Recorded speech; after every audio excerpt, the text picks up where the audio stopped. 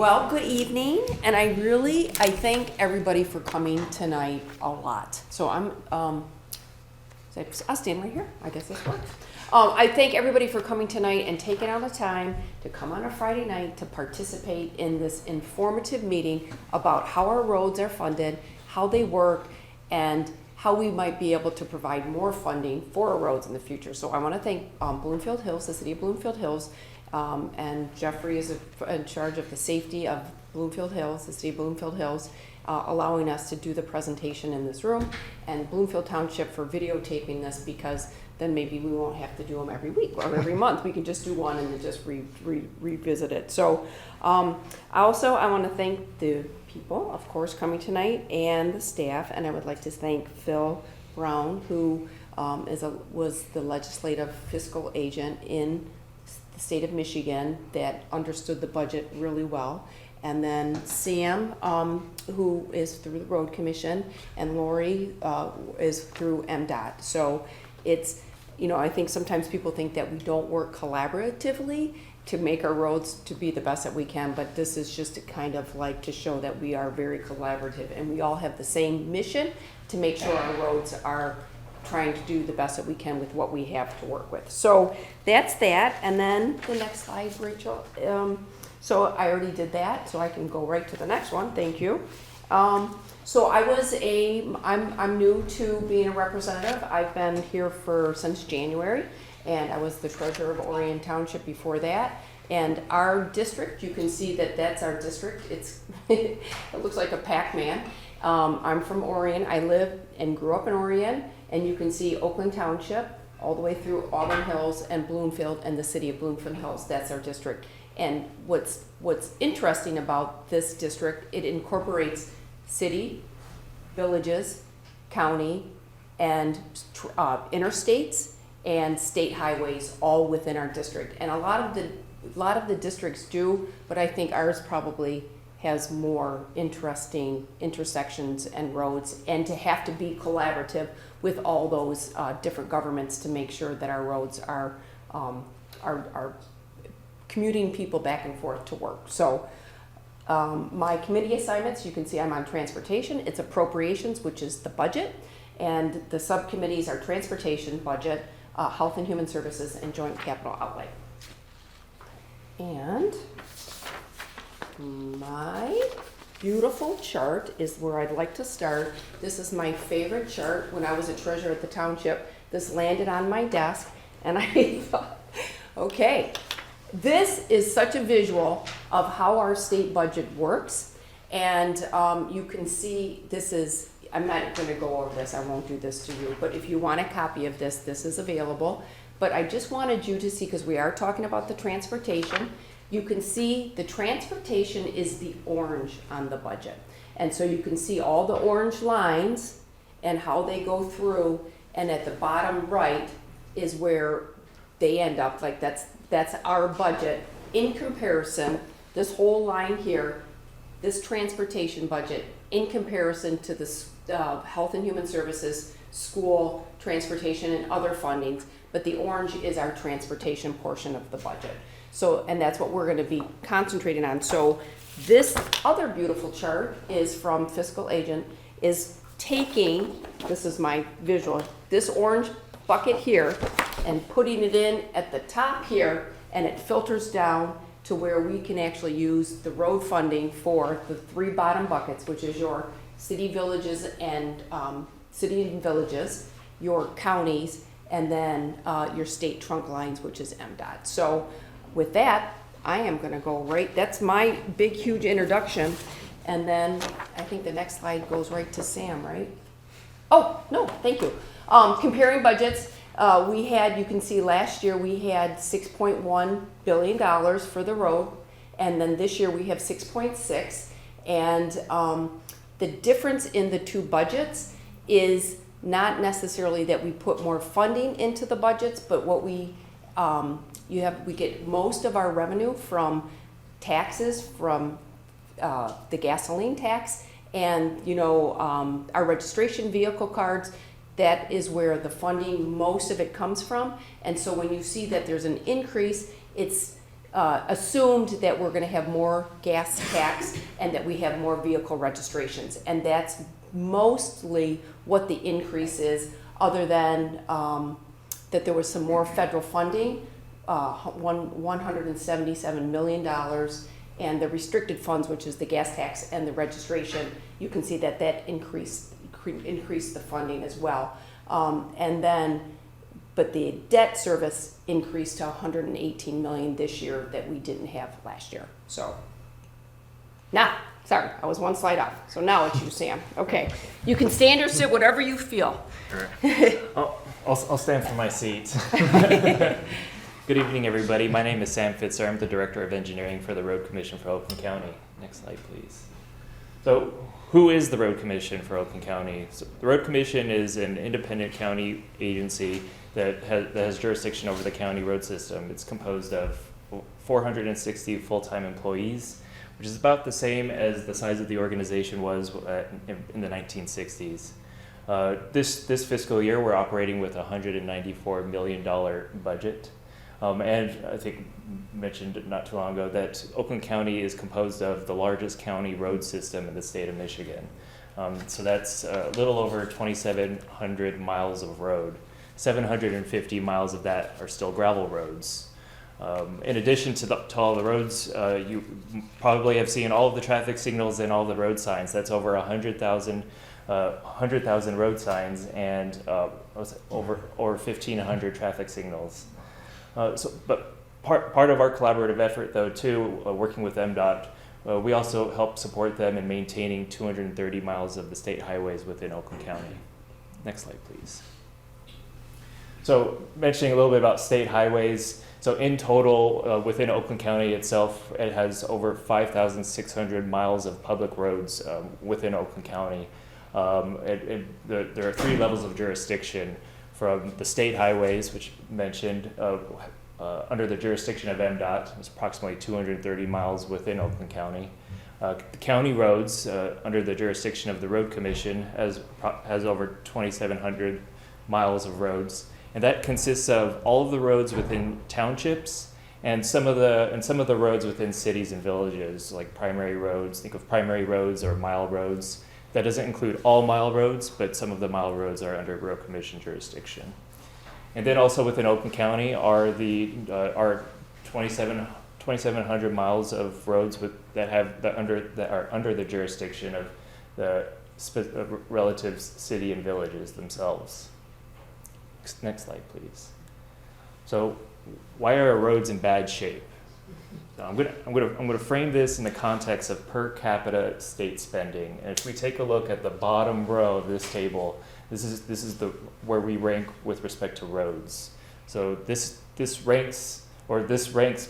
Michigan's rank within the nation as in terms of spending per capita within these few industries that we're highlighting.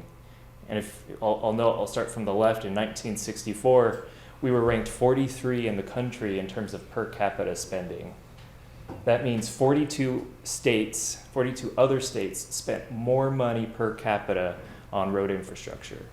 Fast forwarding in 2019, we didn't move a whole lot in terms of our national rankings, and we ranked 39th in the country in terms of per capita spending on road infrastructure. So we haven't moved a whole lot in terms of per capita spending. Next slide, please. Now, to dial in a little bit more in terms of per capita spending, and the representative mentioned a Pac-Man. This is my Pac-Man visual. So on the left-hand side, we have the U.S. average, and the orange on the top of that Pac-Man is spend in road construction. The blue highlighted is the spend per capita in operations and maintenance for roads. So you'll note on the left-hand side, the U.S. average is $294 per capita in spending, while in Michigan, we spend approximately $179 per capita on our road construction projects. That represents 61% of the U.S. average. So there's a lot of opportunity in terms of per capita spending, and we'll talk a little bit more here in the next slide, please. Oh, I guess it's the next one. But so where does our road funding come from? Predominantly is from the vehicle registration fees and the gasoline tax. Next slide, please. Now, talking a little bit more about the gasoline tax, since that's a big share of our source of funding. You know, this is the list of states in terms of that have gas and diesel tax specifically. Michigan's not the only state that has a gas tax. In fact, you know, we often hear, you know, we compare a comparison between Michigan roads and roads in Ohio or Illinois, our neighbors not too far, and that they're in better condition. But if you take a look here, states like Illinois and Ohio also have higher gas taxes, and in fact, they have one of the highest in the country in terms of gas tax. So if we take a look, Michigan is probably in the middle of the road at just 28 cents. Now, I also wanted to note here, because when we start talking about, when people start talking about increasing gas tax, there's a tendency to be afraid to spend more at the pump.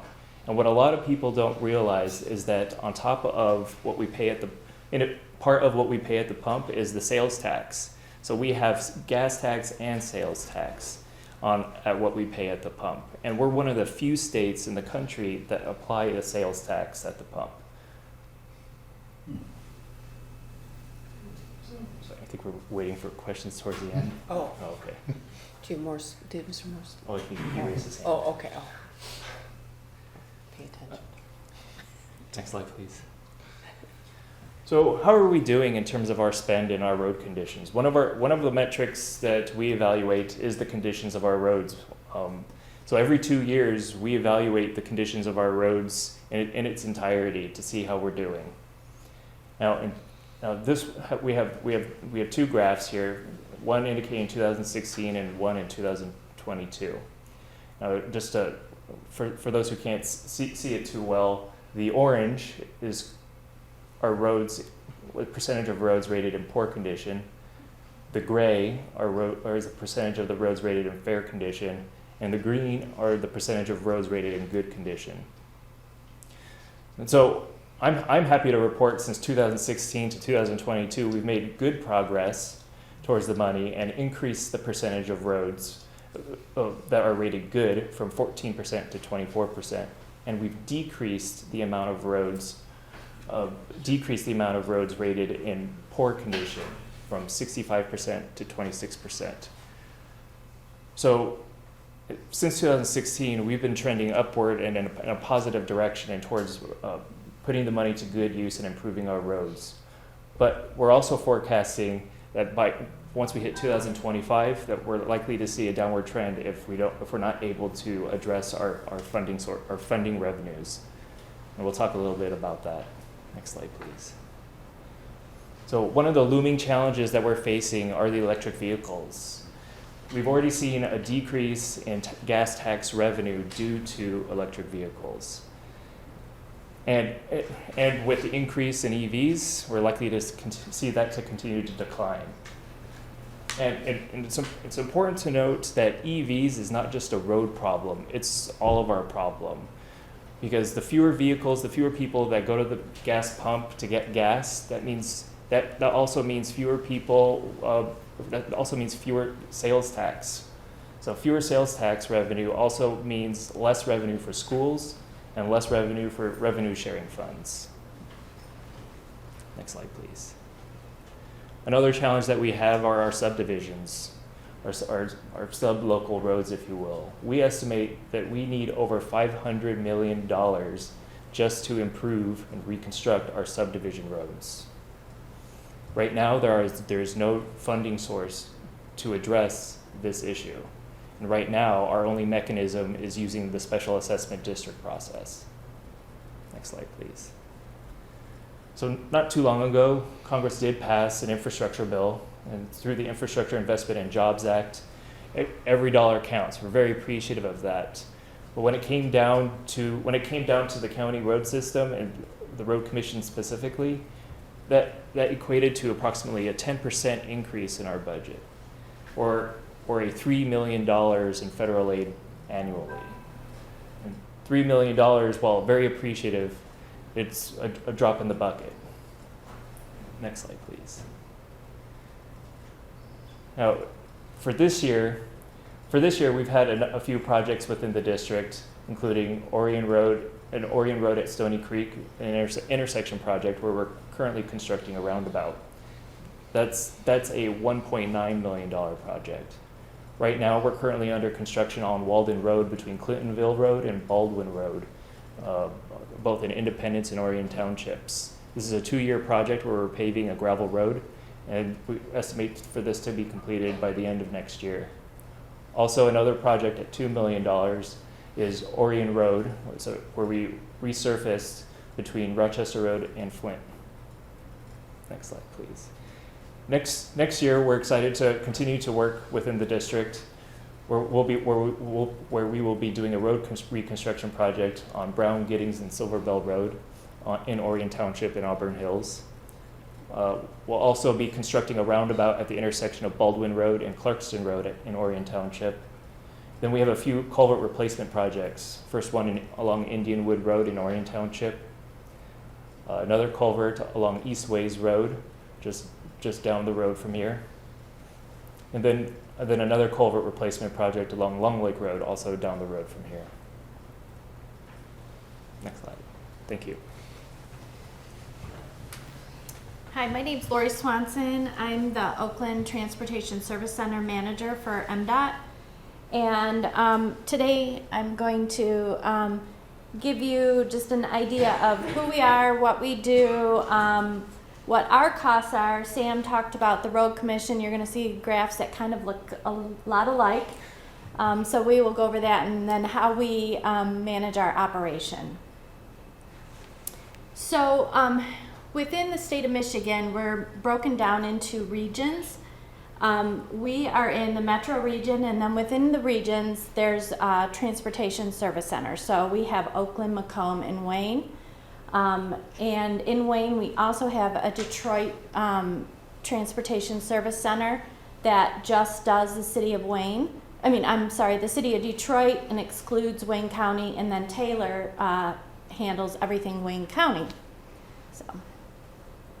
So as Sam mentioned earlier, our coverage is roughly just shy of 300 miles of road in Oakland County.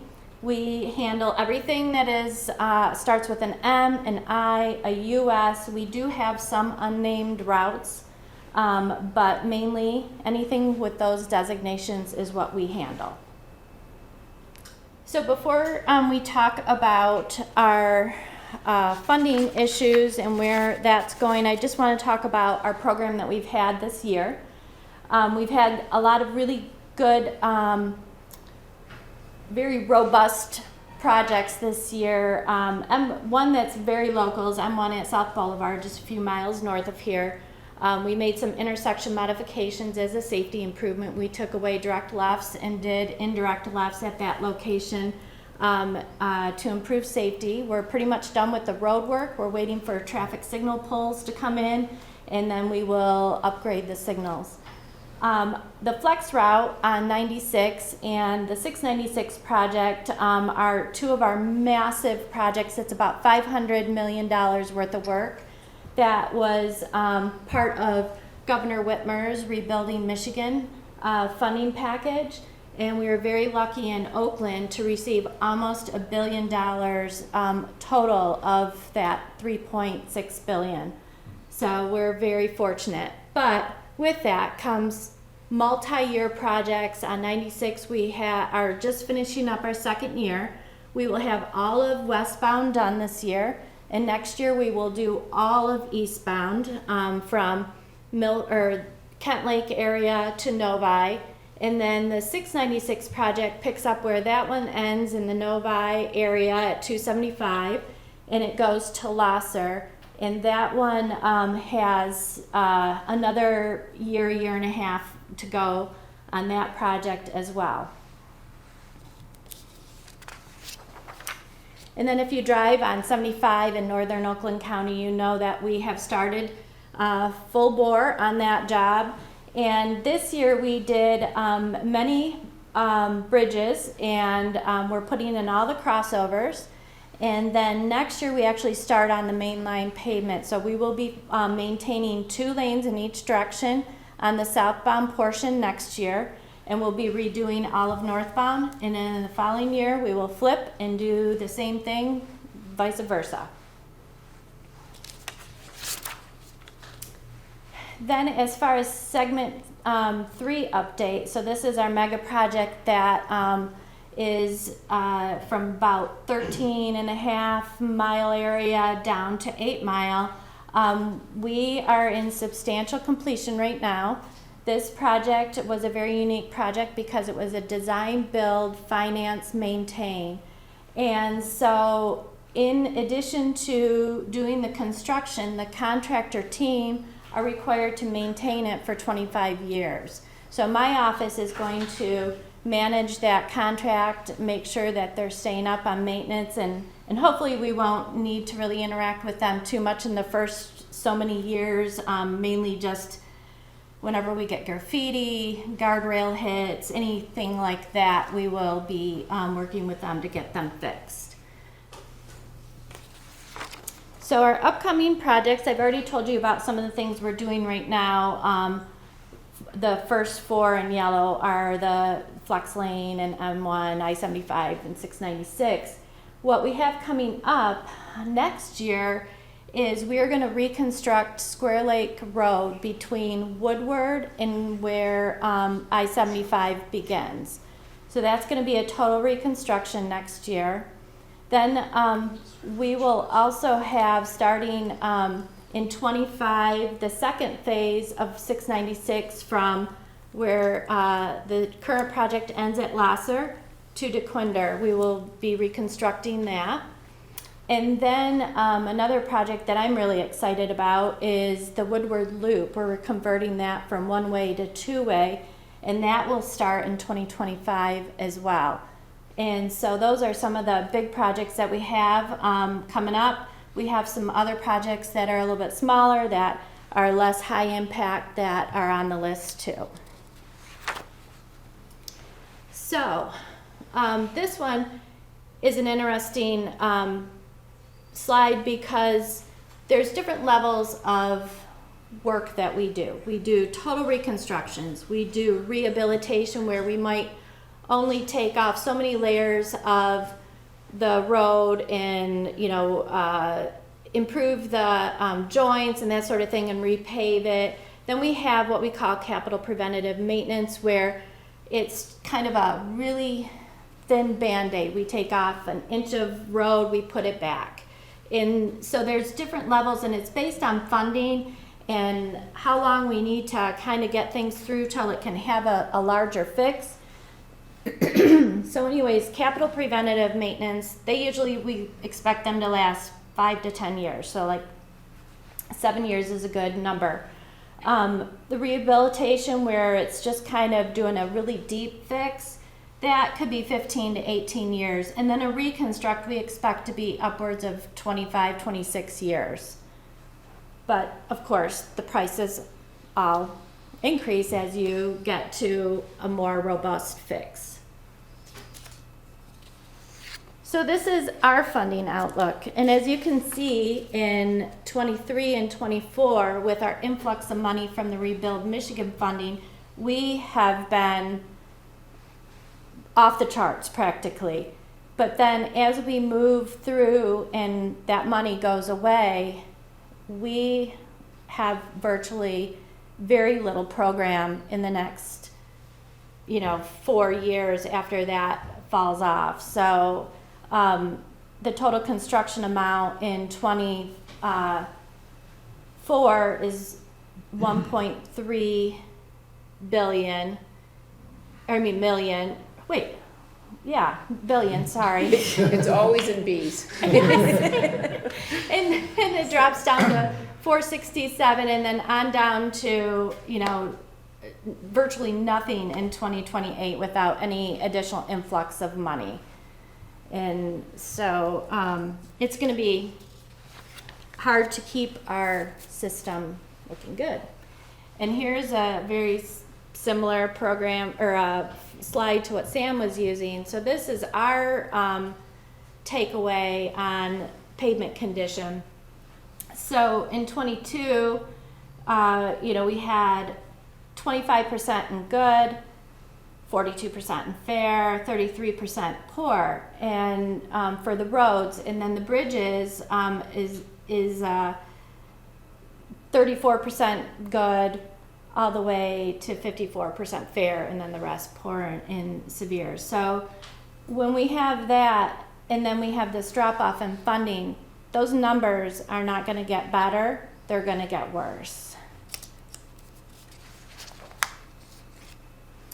And so one thing Sam mentioned was that we do work with the road commission a lot.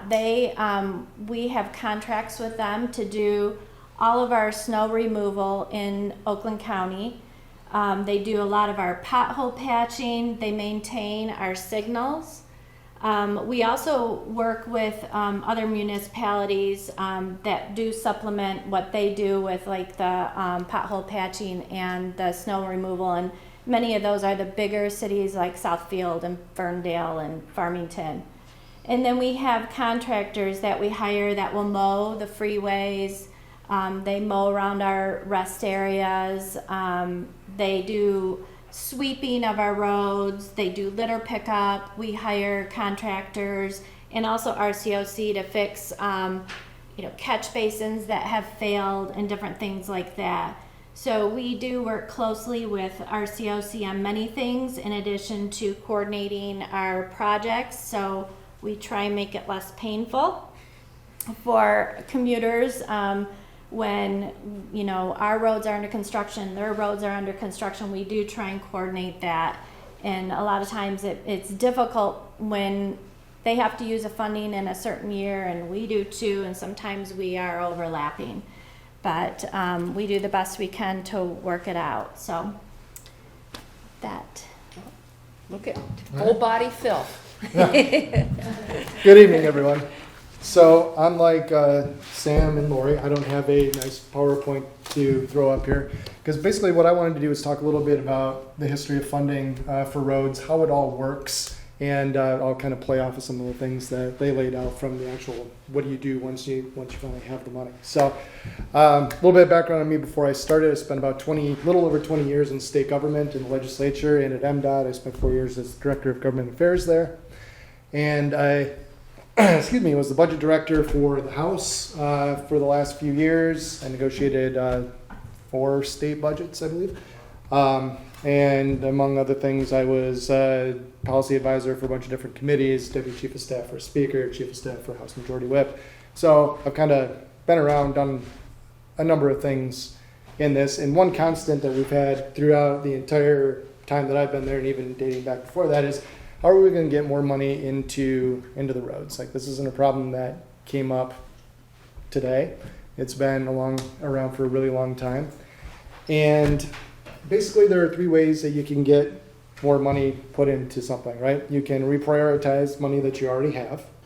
You can raise taxes and generate more revenue that way, or you can borrow it. So I'm going to kind of go through all 3 of those, because those are 3 strategies that the state has actually pursued over the last 30, 40 years. So back in, I want to say like 1995-ish, anyway, late 90s, was prior to 2015 was the last time that there had been an increase in the state gas tax. So for about 20 years after that, we stayed exactly the same rate that we were charging, or that we were collecting at the pump for gas. And as Sam mentioned, on top of the gas tax, the state gas tax, there's a federal gas tax. And on top of that, there's the sales tax.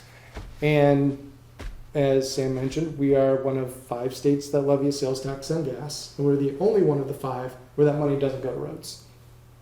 So the sales tax on gas goes the same place every other dollar sales tax is generated. School aid fund, a little bit to general fund, a little bit to revenue sharing, and there's a little tiny piece that goes to the comprehensive transportation fund. So the feds also haven't raised their gas tax, and even longer than it's been since the state has done it. So when we see those new monies coming in, it's not that the feds are collecting anymore. They've reprioritized a little bit at the federal level to come here. And again, as Sam mentioned, $3 million to Oakland County was all that came out of the couple $100 million that we got in federal funds. All of the money that's collected in Michigan, and one of these charts here shows it, I think, in one of the handouts, goes through what's called Public Act 51. It was Public Act 51 of 1951, amusingly. And that is the formula where it shows where all the money goes. And it's formulas on top of formulas on top of formulas to determine where it all gets distributed to. About 40% of it stays at the state for trunk line, about 40% goes to counties, and then the remainder goes to cities and villages. Townships, you'll notice, weren't included in that. Townships don't own their roads, they don't get any funding to do any of that. So any of the subdivisions or any roads that go through a township, they're owned either by the county or by the state. They're not owned by the township. So it's a whole nother set of things. And then the subdivisions that Sam mentioned, again, that's no public funding for any of those unless there's a special assessment that's voted in to put on top there to pay for those subdivisions. So that doesn't touch any of the other pieces. So let's move forward. We get into, let's say, the late aughts, about 2008, 2009, we have a giant recession in the state. Road funding falls off a cliff, people aren't driving, revenues fall. And so the legislature, the governor at the time, started looking at what are different things we could do. No one wanted to raise taxes. Actually, I'll back up even further from that. Everything started falling apart right around there, and Lori can probably talk about this a little bit more, because that's about when all the repairs that were done from Governor Engler's Rebuild Michigan 1, 2, and 3, or Build Michigan 1, 2, 3, I can't remember what it was called. All of the roads that were done there all started falling apart because we did them all about a 5-year, 6-year period. Roads have a shelf life. They fall apart. Everything started falling apart at the same time. So the question was, how are we going to now rebuild some of this? And there wasn't an appetite at that point to raise taxes because obviously we were in a recession and nobody wanted to add to the tax burden. So the legislature started reprioritizing some existing money, taking money from other things and putting it into roads. Now, this was one-time funding. What does that mean? That means that these folks, as they're going to plan for how they're going to rebuild everything, can't build a long-term plan because they don't know what they're going to get every year. So it was basically, we're going to give you $1 million to do this specific project. You're going to get $10 million to do this specific project. You can get, whatever the case may be. And they kind of chunked it out over a number of years. That started a little bit at the end of the Granholm administration, moved over into the Snyder administration.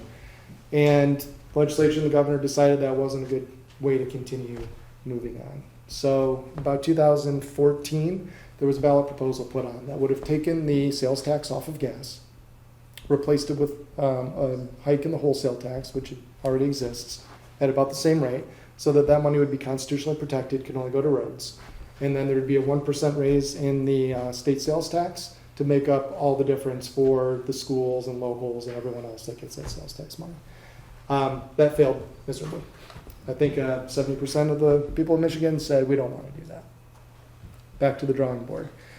So this is where the legislature and the governor came up with a plan whereby they would raise the gas tax, and that was a phased-in rate. They were going to raise the registration fee that you pay every year, your birthday tax, and then have a 5-year phase-in. And then there was also a piece where they would redirect money that was collected from the income tax to roads. So they put it right into the transportation fund. So I think Sam had a slide up there earlier where he had the breakdown of everything, and there was an income tax slice. That piece is brand new in the last 5 or 6 years. That never existed before. And that is also not constitutionally protected. So a future legislature and governor could come through and change that. But right now that's about $600 million a year that's diverted from sales tax revenue directly into the roads. And then with the raises in the gas tax and the registration fee, all told is about a $1.2 billion a year increase to roads. Now, I think you saw on Lori's slides the costs of what these projects look like and how much it costs for a mile to do, you know, was it, I don't know, freeway, like somewhere between $3 and $5 million a mile. We're seeing a lot of inflation right now on top of everything else. I think when I was at MDOT 5, 6, 7, 8 years ago, we were looking at it about $2 million a mile on a freeway. And that you can see that's already more than doubled. Because what does it take to build a road, right? You need manpower and you need materials. And both of those costs have skyrocketed. So we talked about raising taxes, which they did.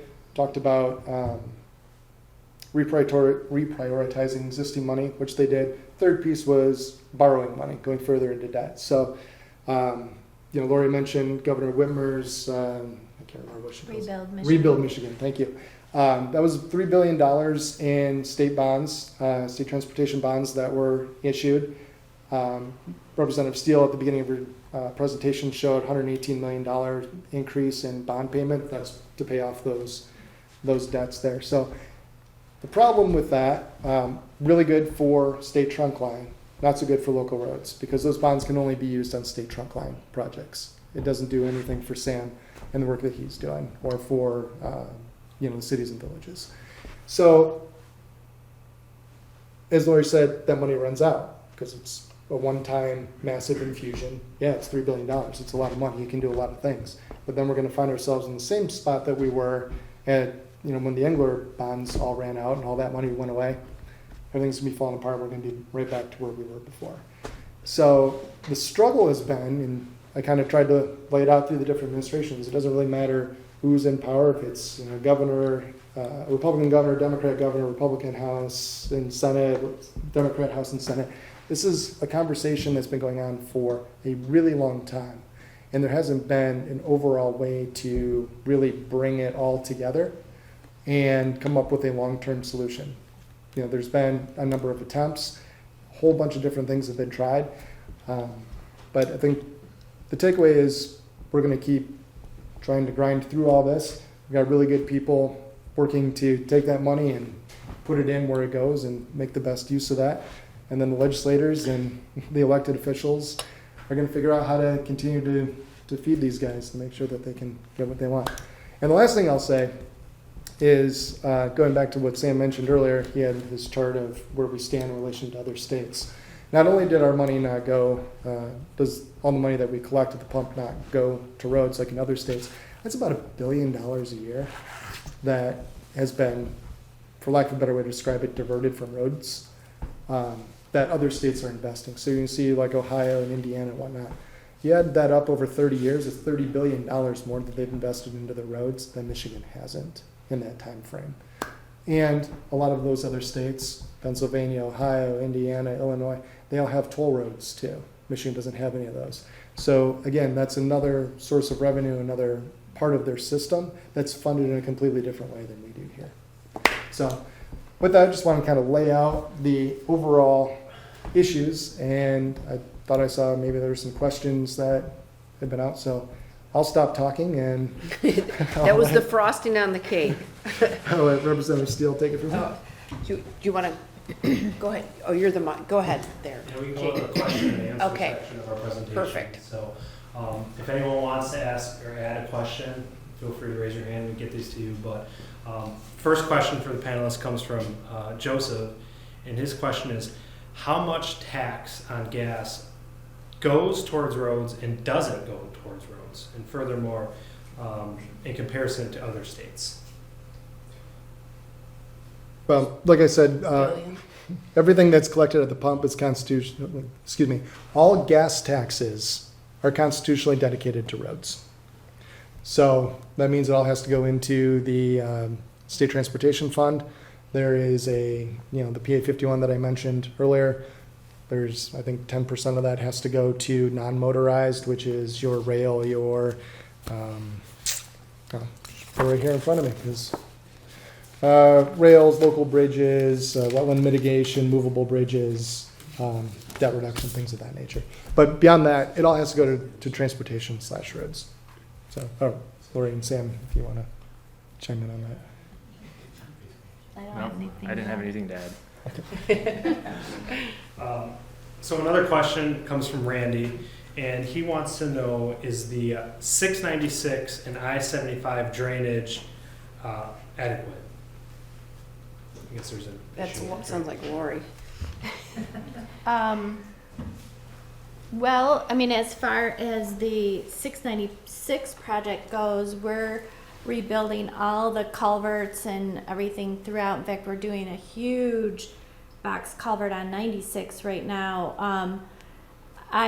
So, you know, when we do reconstructs like this, we bring them everything up to standards, and all of the storm sewer will be replaced as part of the project. Now on 75 in northern Oakland County, the one that's under construction right now, that's all open ditch, and we're doing a lot of culvert replacement starting actually over the next few weekends. We're going to be shutting the freeway down for that.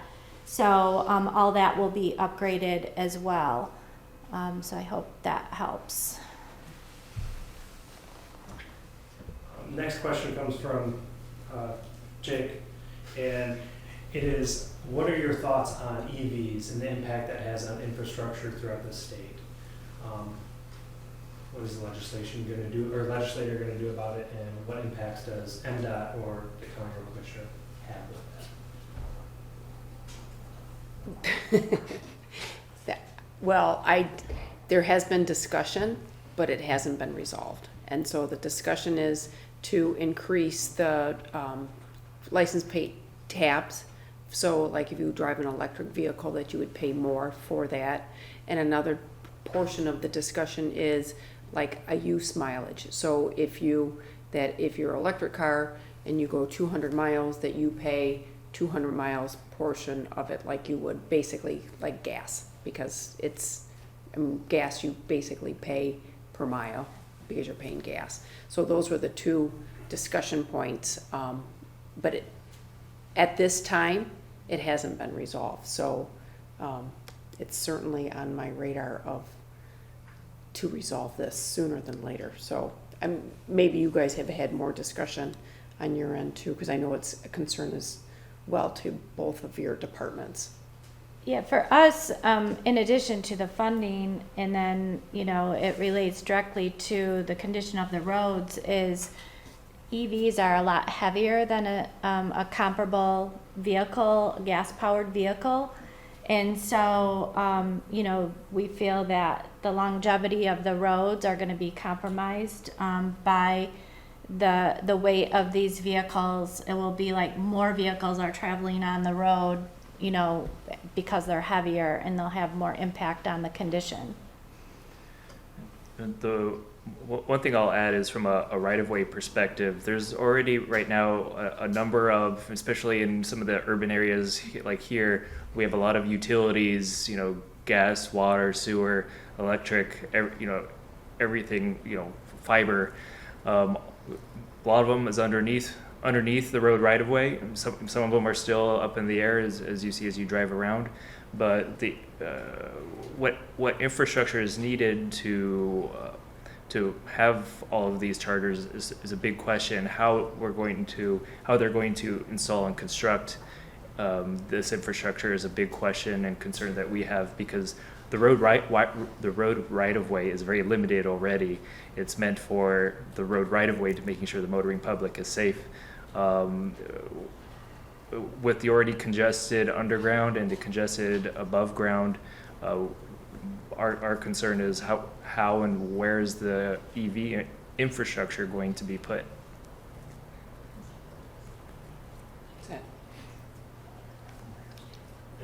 It's a work in progress, I would like to say. It's definitely a work in progress. And I did tour a plant today, and they have a prototype vehicle of a dump truck. So they took a F-150 and they converted it into a 3 battery pack system. And that dump truck ended up being close to 1,000 pounds heavier than the regular dump truck of a F-150. So that's, yeah, and the powering of it, right now at full power it goes 100 miles, and to power it was an overnight power at your house, or speed charger was about 20, it would take about 20 minutes. So that's a prototype that they have right now as a dump truck. So it's cars are one thing, but then you think about the work vehicles are quite another, and that prototype is a very expensive vehicle to right now. So there's a big gap, and so I'm really hoping that we can close it. So do you have more questions, Jacob? Yeah, Randy has. Well, just like this, I guess for Phil. So the funding for roads, is it per capita? Like, so heavier population areas get more money, or is it not the case? So it's there's two parts to it. Excuse me. There's per capita is a portion of it, and then the miles of road that are in the area. So, for example, if you have a more densely populated place like where we are here, you get more money because there's more. I don't think it's lane miles; it's actual Miles. miles. So I think you get the same amount of money for a 4-lane road that you get Yes. for a 2-lane road under the formula. Mhm. So it's, again, it varies amongst cities and counties based on the formula. So Generally, heavier But- populations get. yes, It's but there's more roads and more populations. I'm sorry, go ahead. Well, I'm sorry, and I was told that it has to do with how many vehicles are registered in the county. It has to do with you getting more of that funding. So, yeah, Oakland County is larger, it has more people, therefore it has more cars, and from what I have seen, it's like $117 million that Oakland County gets, and they get the most out of the entire state for the formula portion of the vehicle registrations. And I should note that's for counties and for cities and villages. MDOT decides internally at MDOT how much they're going to send to a particular area, and that's generally based, and Laura can talk about it a little bit more than I can, but it's generally based on what the needs are at that particular time. Some of these projects, like these mega projects that Lori's working on right now, those take a long time to get ready, and when they go, they suck up a lot of resources, and you sort of plan around that. So when those projects aren't done, there's more money that gets pushed out to other places, but more comes into a particular area when there's a bigger project. That's And based on what you were just kind of, like the federal funding, so the state funding is close to $4 billion, but then the federal government contributes close to a couple more billion to the road system, but then it's a 75% of it, most of it goes to the state trunk lines versus the county roads, 25 goes to the county roads. So the federal funding component is mostly for the federal roads, and then they have to be federally approved. Like Baldwin Road, for example, that was a federally funded road project, and then you have to make sure that it meets all the specifications, which is different than if you were to do Long Lake Road or some of the other roads too. So you could probably elaborate more on that one too, because it's a different, it's a different road versus like the county roads. Yeah, so like a lot of those roads, when we work with the county, MDOT is like I would say the steward of the federal money. So we, the road commission will let their projects through the MDOT process because we facilitate the money part of the job for them. And so we make sure, and they do too, that we're working together to make sure that federal standards are all met, for the project, the type of concrete or asphalt or, all that stuff is to federal and state standards. right, because as far as the feds are concerned, that money goes to the state of Michigan, and how Michigan divides it is up to Michigan. But MDOT, as the designated recipient of that money, is responsible for it. So they do all the letting and they oversee those contracts because ultimately MDOT's the one that's accountable to the feds, not necessarily the locals that are doing it. Yeah, and Baldwin Road was an example of that. It was a $23 million project that was a federally funded, but it was actually in conjunction with, the road commission paid a portion of it, the local government paid a portion of it, and the federal grant was a portion of it as too. And so that was a very nice project for our community. So, good. There's one other thing I was afraid of, like, when I saw the severe part for the bridge thing, what does that mean? It was that little percentage of, we have bridges that are failing, that, Well, a good example, and it's not an MDOT bridge, but the MLK Bridge in Pontiac. You know, that one had to be shut down because of its condition. So there are those anomalies every now and then. We do yearly inspections on all the bridges in Oakland County, MDOT does, and then we send the reports out to the local agencies and to the road commission, and that one was just one that was not addressed, and it came to the point where we had to require them to close that bridge. So I just want to be conscious of all your time, and I want to end 5 minutes early, because that's what we like to do, is end early. So I thank everybody for coming tonight, and I would like to introduce Susan McCarthy. So she's one of our Bloomfield Hills City Council members, and I'm glad that you can join us. And thank you for allowing us to use your facility tonight. Anytime, Yeah. anytime. So we'll be here for a couple minutes. So if anybody has any questions, you can just come out and reach out to us individually. So thank you very much for coming tonight.